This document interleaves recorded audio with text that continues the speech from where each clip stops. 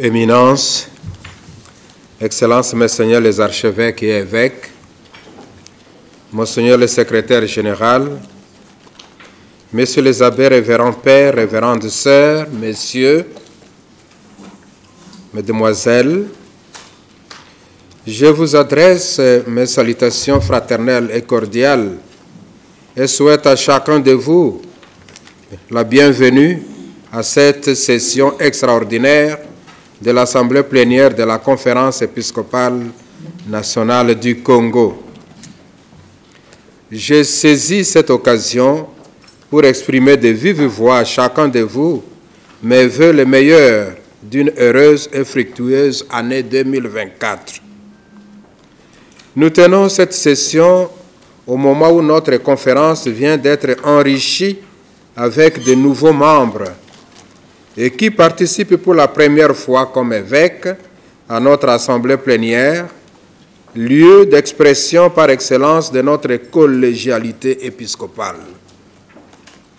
Je saisis ainsi cette occasion pour saluer de façon particulière son Excellence Monseigneur Léonard Ndjadi, évêque auxiliaire de Kisangani, leurs Excellences nos Seigneurs Edouard Timba et Edouard Isango, tous deux évêques auxiliaires de Kinshasa, leurs Excellences nos Seigneurs Libert Mpongo et Léonard Kakuji, successivement évêques de Bassan-Koussou et évêque de Kamina.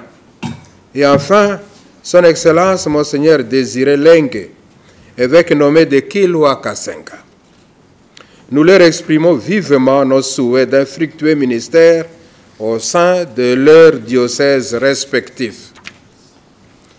Je salue aussi Mademoiselle Jeanne-Marie Abanda et Monsieur l'abbé Édouard Makimba, qui sont respectivement secrétaires de la Commission épiscopale pour les ressources naturelles CERN en sigle et secrétaire pour la Commission épiscopale Caritas Développement CECD en sigle, qui, parmi nos collaborateurs et secrétaires des commissions, participent aussi pour la première fois à nos travaux de l'Assemblée plénière. Aux uns et aux autres, je dis au nom des archevêques et évêques membres de la CENCO, soyez les bienvenus. Vos contributions à nos travaux sont attendues pour nous aider à répondre à notre mission d'ordre pastoral. Éminence, Excellence, chers collaborateurs, c'est la fidélité à notre mission prophétique qui fait que nous nous retrouvions en session extraordinaire de notre assemblée plénière, alors même que nous avons à peine terminé hier une session de formation.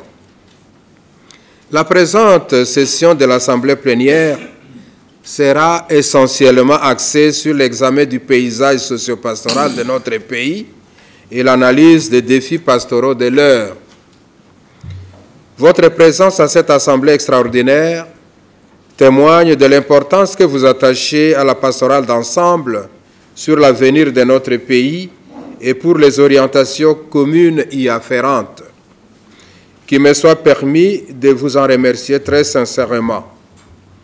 Face aux défis de l'heure, mus par notre sollicitude pastorale et préoccupés par les besoins de la paix et de la cohésion nationale, réunis à Kinshasa du 15 au 16 janvier dernier en comité de suivi, nous avons évalué le processus électoral et avons formulé des recommandations utiles pour l'avenir du pays dans le message intitulé « Celui qui se livre à la fraude n'habitera pas dans ma maison ». Psaume 101, verset 7.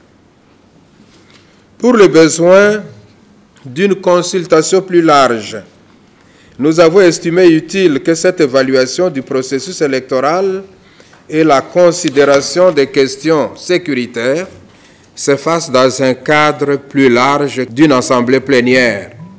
Question de réfléchir ensemble en tant que pasteur et de voir quelle orientation donner à notre rôle dans les processus électoraux à venir afin d'apporter notre contribution pour le bien de notre peuple et la sauvegarde de la concorde nationale.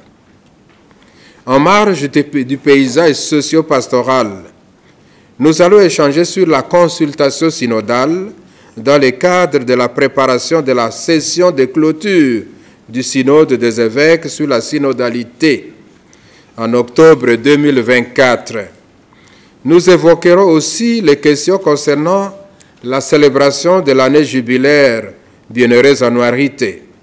Enfin, quelques informations nous seront données de la part du secrétariat général et de nos commissions épiscopales. Vous réitérant mes remerciements pour votre disponibilité, je vous assure que vos apports sont les bienvenus pour contribuer à l'édification et à la consolidation de la paix dans notre pays. Que la très sainte Vierge Marie, Reine de la paix, modèle d'espérance et de confiance dans l'Esprit Saint, veille par son intercession sur cette assemblée extraordinaire pour qu'elle porte des fruits qui demeurent. Sur ce, je déclare ouverts les travaux de la présente assemblée plénière extraordinaire. Je vous remercie.